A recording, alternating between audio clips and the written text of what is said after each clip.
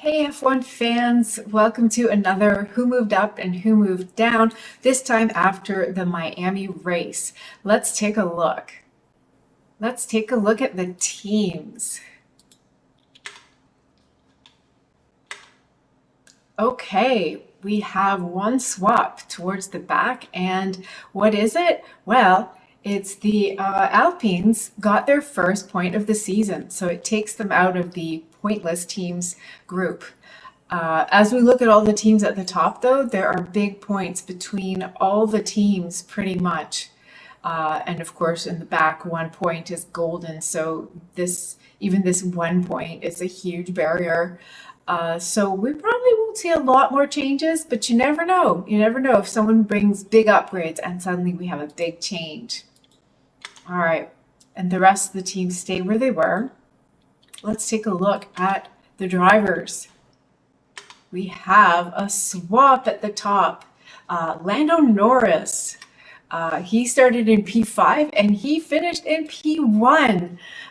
Let's see. Yes, he ran long on medium tires. So at the time of the accident that caused the fateful second safety car, he was still out on those tires and so got a huge benefit from a quick pit stop, which is of course all part of the team strategy and him managing those tires really, really well to be there and be ready to take advantage of such opportunity that actually happened.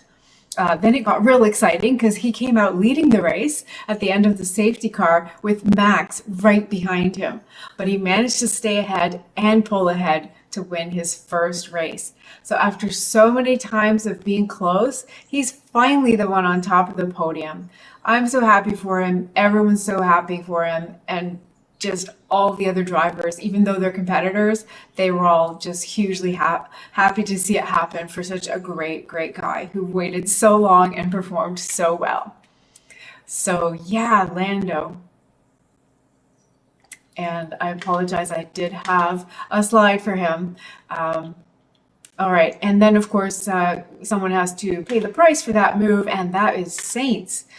Moves down one because Lando moves up, and they're actually tied at this point. So that's getting really spicy with the McLaren and Lando performing extremely well. Poor Carlos, he started in P3, but finished P5. He was doing very well. He was right up there the whole time, but he got a 5-second penalty. It was deemed that he caused the collision with Piastri, which landed him one place back. So yeah, a tie there between Lando and Saints. And it's so nice to see Lando up there in P4 of the championship. Let's see if he can hold on to it. Let's see. All right, next we have a swap between Tsunoda and Stroll. So Yuki Tsunoda started in P10 and finished in P7. That was really, really terrific for him and for his team. Like Lando, he had not pitted yet at the time of Logan Sargent's accident. So he got a great benefit from that quick pit stop, just drove a solid race, stayed ahead of everyone that he could. Just got passed by Lewis closer to the last part of the race. And that's it. He brought in another 6 points. So for himself, he is now at 14, which is really solid P10. Because, yeah, this is in the vicinity where points are hard to come by. Lance may catch up again. We will see. Lance himself, he started in P11 and finished in P17. So that didn't work out really well for him.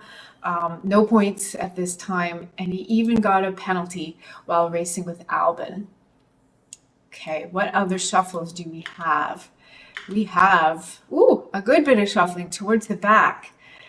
We have Ricardo moves up quite a bit there.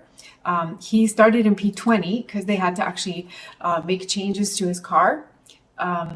I believe. So, oh no, I'm sorry. He started P20 after taking a grid penalty from the last race, although he didn't qualify that well either. He didn't make it out of Q1, so that didn't cost too much.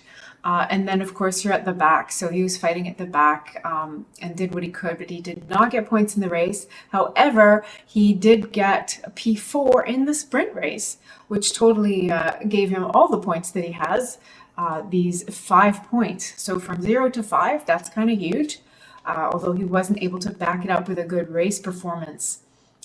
Still, that gets him off of being the pointless drivers and gets him securely on the list of drivers in the championship who are off 0. Okay. Esteban Ocon, another one very exciting this week. As we mentioned, he scored his first point and his team's first point this season. So very excited for them to be getting off of the ground, and they've had a really bad car. So it looks like it's starting to perform a little better. And then going down, of course, we have poor Kevin Magnussen. He probably kind of did it to himself this time. He's the one who tangled with Logan Sargent. He started in P18. He caused that accident. He got a multitude of penalties. Let's see, both in the sprint race and in the main race. In the sprint race, he received 3 10-second penalties for leaving the track and gaining an advantage, and a 5-second time penalty for exceeding track limits. So he was just kind of all over the place. I guess he was trying to protect and hold back other drivers so that Nico Hülkenberg could get his placement in the sprint race, seeing that he qualified better than Kevin did. However, it was really, I think, a bit too much, and hence all the penalties. And that's just in the sprint race. In the main race, he also received a 10-second penalty for causing a collision and a 20-second penalty for entering the pits during a safety car period and not changing tires. So that's kind of weird. In the race, it said that he was getting a penalty because they didn't serve the penalty correctly. So maybe that was their attempt to come in during the safety car and serve the penalty. Not entirely sure what happened. Anyway, so that one's on the team, but a whole bunch is on Kevin. So really pretty much the worst weekend probably of his life, maybe even a record in terms of how many penalties you can get in one weekend. And he also got all kinds of points against his driver's license all in one day. So not a weekend to remember for him. Not too much more to say about the other drivers who moved down there to make room for the drivers moving up.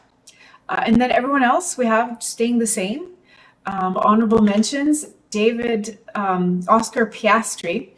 I used to work with someone called David Piastri, so that just jumped in there. Oscar Piastri started in P6, and I voted P6 for him before quali for Guess F1. But alas, it didn't work out that way. Even though he got an amazing start and he moved up to P2 after just the first few laps of the race, later on, unfortunately, he had a collision with Carlos Sainz, and that sent him to the pits for a new wing. So that was kind of the end. He was at the back, and he had to just battle his way up from there. He still got the fastest lap, although no point for it since he finished outside the top 10. And it's just so sad because I think my guess, and so many others had guessed P6. I think we were pretty much right on. He might have been P5. And it would have been really close except for this race-destroying incident for him. So yeah, very happy for Norris, but sad for Oscar. Although it doesn't hurt him in the championship because he stays right where he was. Although maybe those behind him are a little closer. We're seeing a little bit of closeness here in this midsection of the field with Oscar, George, Fernando, and Lewis all being kind of close. If some big things happen again to some of the drivers, there can be changes in that area of the field. And then, of course, poor Logan Sargent. It was his home race in Miami. And he got taken out by Kevin Magnussen in his home race, so did not finish. Although he didn't qualify that well either, he started in P17. All right. Okay, so the other place we have closeness is right here. Only 5 points between Leclerc and Perez. So Perez better watch out. Leclerc beat him again. Leclerc on the podium and Perez not on the podium. And I think we already covered all the other ones, the tie over here, the closeness over here. And of course, you know, there is closeness around the back, but that's that situation where you just, you know, if anyone gets 1 point, it's kind of a big deal and you jump everyone else who is still remaining pointless throughout this part of the season so far. Next race, we have a double header. We're going to be going to Imola and then Monaco. So I'll actually wait to do the next video until after Monaco so we can look at the moves over 2 races together. And I'll do that every time there's a double or triple header so that we can just put more in and see more movement as the season unfolds. So like if you like, subscribe please, and stay tuned for the next one. Bye!